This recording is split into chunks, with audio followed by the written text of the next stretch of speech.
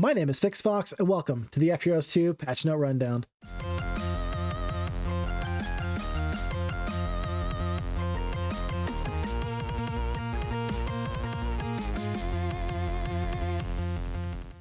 Ladies and gentlemen, boys and girls, it's my favorite time to go into the fheroes2 Patch Note Rundown.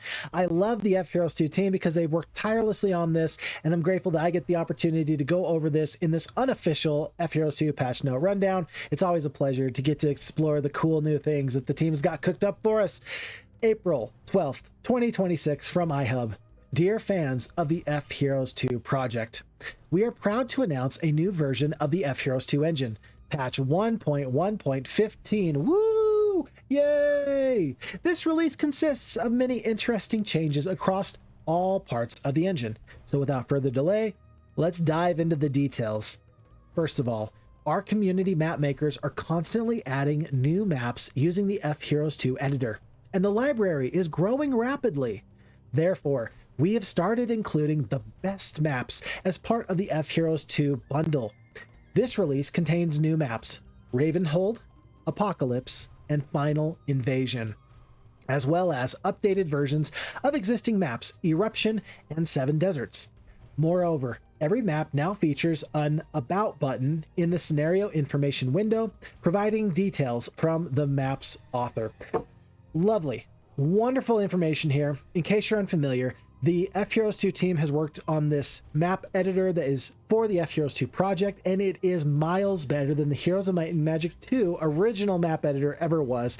It is a dream to play around with and have fun, and a lot of map makers have made some amazing maps. It's a great community. You can find maps on the fheroes2 Discord, and in the past you had to download these maps directly from the Discord to your device, and now the fheroes2 team said, well, yes, there's some maps you're still going to do that for, but we're going to start to include some of those maps in the download. So if you download fheroes2 for the first time, you're going to have some new maps in there that you may have never played before. And Ravenhold, Apocalypse, and Final Invasion all come to us from the same map maker, Boris DK. Thrilled to have them there. I have not played Ravenhold or Apocalypse. Final Invasion, though, is one of my favorite maps. It is a XL huge map. It's really difficult. It's tough. It's going to really challenge you and test you, but there's a lot of strategy, and it's a very beautiful map. I don't know about you folks. I can either make something functional or something beautiful. It takes a true talent to make something that's both functional and beautiful. Final Invasion is that map, and so I'm planning on Ravenhold and Apocalypse being quite the same. They've also updated the existing maps that have been included in the project, so Eruption from Mushanki Pay and Winnie Morrow's map, Seven Deserts, two excellent maps for you. And now there's this new feature here that we're going to take a quick look at. If I go into the fheroes2 game, I hit standard game, you're going to see I've got two versions of Seven Deserts. This was the original version. This does not have the supported languages feature. It's this map above. The top one for me is the one that has supported languages for English, French, and Russian. We talked about that in the previous patch note rundown about those additions. And now if we're going to have these maps and try to make sure that the maps are the most correct and updated, you better have this new feature here. You can go into Info, and then the About section, and you can see Winnie Morrow Baba 2026, version 1.5, Russian translation by Moxo, edited by iHub. So very, very useful to have that, and the same thing goes for pretty much all of these different versions here. Now you can say okay here, but I don't see a functionality just yet that will allow you to really tell more for the About section here. It's got to be in-game, and yet that's still pretty darn good for us. If I go into this one down here, this is the new map that's been included, Apocalypse. Yes, we're going to click on into this, just quick, check it out really quickly. A lot of texting. I'm going to be excited to get into this info, and we go to the About section, made by Boris DK version 2.5. Okay, so there you go, folks. Hopefully that lets us all be on the same page and enjoy these maps together. Moving on. Folks, we have significant changes to the map editor. The team added more road sprites to make roads look more natural, introduced the ability to select artifacts by random artifact objects, and fixed several issues with the random map generator. Additionally, we relaxed object placement conditions, allowing map makers to create unique landscapes. So the very first thing I need to do is I'm actually going to go out of order here, and first off, we're going to go to the bottom right, we're going to go to new map, and we're creating a random map. One of the changes I know that's been made is that depending on your player count, if you're trying to randomly generate a map, there's only a certain percentage of water that makes a lot of sense. For 2 players, up to 53%, okay, it's fine.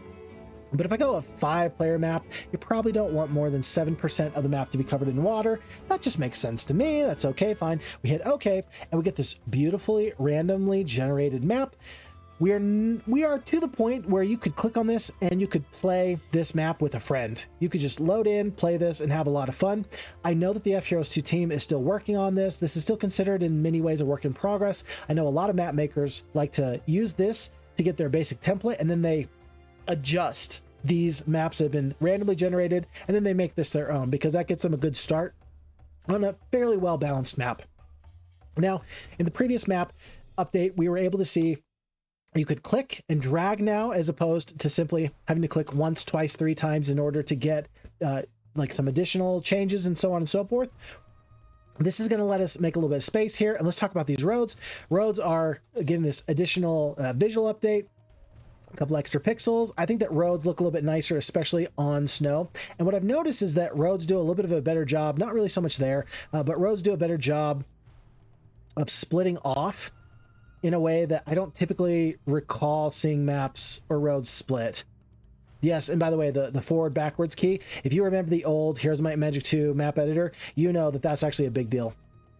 Okay, well, I'm struggling to get it in the exact shape and the space I want, but there's been some nice changes to the road, which is very nice, good to see.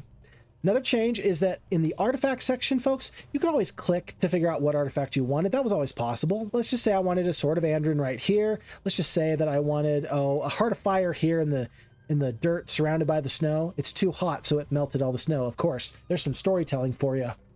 But you also could add some RNG. Now, it's one thing entirely to get the exact sort of situation for your player that you as a map maker want them to have, but sometimes random map generation allows a map to be very replayable more than just one time. And so sometimes you'll click down a randomly generated artifact and you want it to be many things from the tier 3 artifact section, but maybe you don't want it to be all of these things. And so now the fheroes2 team has made it so you can say, I only want might-based artifacts. So no arcane necklace, no witch's brooch. We're going to say no major scroll of knowledge, superior scroll, or foremost scroll, etc., etc. And you can actually prevent any artifacts that you don't want to come through this random generation. So you can do some RNG and still make sure that you can have control over your map. In this case, 1, 2, 3, 4, and 5 artifacts total. It's amazing the level of control you can do there. There's this little button you can X out everything and say only Wand of Negation, only Endless Vial of Mercury. You can click again and you can say, oh, everything's back up on the table. Heads up, 7 up. Very nice, very nice. And then the last thing with this is that the fheroes2 team has allowed there to be some relaxed object placement. Now, where this kind of comes into play, this is not going to be exactly what the fheroes2 team had in mind, but bear with me. I see a lot of people that will make beautiful, beautiful set pieces here, right? They're going to have a lake in the grass and it looks beautiful and wonderful. And you can add things to this to make it look different from playthrough to playthrough. So in this case, oh, there's going to be some trees here and there. We're going to add like a little tree here, maybe like right there. And you could in the past do a little bit of this weird stuff where you could say, oh, there's a tree in the middle of the water. You know, oh, you can do like a rock here by reducing the strictness of the object placement. You can make more unique terrain like this. I think that where this really comes into play for the fheroes2 team is going to be in things like, for example, mountain ranges. And you can now have mountain ranges and you can do some tree stuff in the mountain ranges in a way you couldn't do before. You could do a little bit before, but you couldn't do as much. And so now you can make some even better varied sorts of terrains and maps. You can make this look as beautiful as you want to. I'm very happy for it. A good change. And important to note, it's not a complete change like some people would want. In the past, for the Heroes of Might and Magic 2 Gold AI, there used to be a function where you could just put down some archers on this little spit of land. You could more or less take the tiniest little brush stroke and you could try to erase the earth under the creature. And you could essentially have it to where there was no land and they could be like a line of creatures in the water. This was featured on maps like, Ghost Planet did this a little bit. Alteris is famous for doing this. There's a few maps that use this really weird sort of placement logic, and you could get rid of the land underneath and then still have the creature on top and just stay there. Okay. They've relaxed the object placement. They haven't completely demolished all the logic, and I think that that's not too bad. Okay, next up for the Discord here. This release also includes many updates to translations. The virtual keyboard now supports almost every language available in the game. We added initial support for the Greek language and improved the speed of language switching in the engine. So for example, folks, if you go here into the specs of this map that we've created, for this English version, I can go into the rumors, events, or language tabs, etc. And if I wanted to add a rumor, I would hit, well, let's just add this. And I can type with my keyboard, which is great and fine. You could also go down to this virtual keyboard, right? And you can put in whatever you want. And so with multiple languages and multiple language support, you can now go to language. You can add a language. You can say, I want to make sure that I have maybe a language where I don't have the same characters. We don't have the same alphabet. Let's click on this. I don't even know what this is. Is this Russian? What is this? I don't know what this is. I'm sorry. I just offended somebody. I apologize. I don't know what language this is, but I can go to rumors. I can go to add. I can go to the virtual keyboard and I can click on this button here. I can click. And now I have access to this whole keyboard. That's so cool. If that doesn't get you fired up, I don't know what will. I don't know what these characters are. I don't know what I'm just typing here, but yeah, I'm typing it. Okay. Very cool. Very cool. By the way, just before I forget, let me just make sure that you're aware, in case you're not familiar with it, all the different languages you can play are right here, from English to Polish, to French to Dutch, to Danish, Romania, etc., etc. Okay. Thank you, fheroes2 team. We appreciate you. All right. Next up. Battle only mode has been reworked, now featuring proper evil interface support and improved UI design. We plan to expand it further in the future updates. We also enhanced the turn order option in battles to support positioning at the bottom of the screen. I haven't gotten this all figured out, and I'm probably going to need the fheroes2 team to help me out in the comments section of this video. I hope that they see this and they say, okay, Phixfox, what are you having troubles with this time? Okay, so first off, evil interface support, improved UI design. That's a good thing. I don't know how necessary it is, but I'm good for it, right? Interface type, just go evil. Yeah, we're doing evil. I'm not good, I'm evil. Ooh, it feels classy. If I don't have this on the evil interface, then your battle menu is gonna look like this. Typically, when you load in for the first time, it's gonna look in this battle section like this. You can be the hero on the attacking side. Defending side is here on the right. You can have no hero with just wandering neutral creatures. You can buff up your hero in whatever stats you want to have, and you can set up some interesting battles. You can try to replay battles that you had. You can do an awful lot of things. You can't have more than 99. I can't have more than 99 knowledge. I'm offended. I'm a genius. I'm just kidding. Okay, but you can also do this new terrain feature. This was changed in the most recent patch, so you can do grass, snow, etc., etc. And you can now do the mouse wheel to scroll through and find the one you're looking for the most. Let's just do this water battle against peasants. I don't know why peasants are at sea, but buddy, here they are. And now you got a boat and boat here. So very cool for the updated user interface changes. I'm all for it. And then the other thing is, it said that there was the interface settings, turn order, top. There's got to be a way to move it from the top to the bottom. If I right click here, I haven't figured this out yet. This is what I haven't figured out. Am I to understand that there's a way to move the turn order from the top to the bottom? If so, I'm interested to know, but I might be misunderstanding exactly what's going on here. So if that's the case, whoops, my bad. Folks, I'm only human after all. So fheroes2 team, I'll look forward to hearing your updates in the comments section, so I understand what that section about turn order really is all about. Alrighty. And then, as we are kind of moving on through this, the team has improved the AI, fixed multiple rendering related issues, updated translations, and added proper MIDI support for the PS Vita. In total, more than 40 issues have been closed since the last release. Thank you very much for your support, and we hope you enjoy the updated version of the project. Good job, fheroes2 team. Good job. Now, iHub did mention to me in the last unofficial patch note rundown that I can always click on this GitHub section here. They're going to start including these if they haven't already, and this will show you the more complete releases.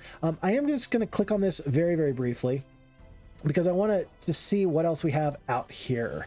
So if I'm looking at this menu, it's going to be a little bit small, sorry there, but you can see that we have just the overview of what has been happening here in patch 1.1.15, but here's all the various issues. You can see all the changes. You click here. And so consistency in the editor window titles, add Ravenhold, add Apocalypse, add Final Invasion, update Ukrainian translation, Russian translation, eruption, etc., etc. There's a few things that were kind of interesting to me.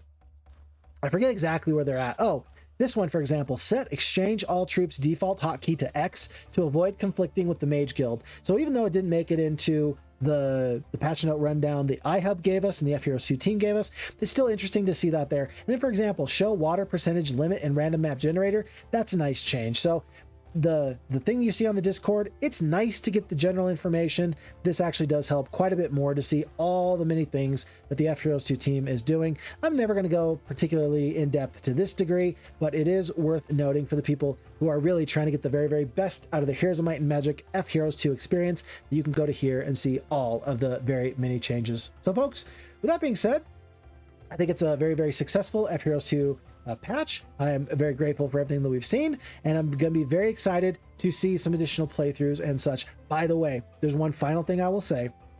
With the battle only mode, it was teased. We plan to expand the battle mode further in future updates.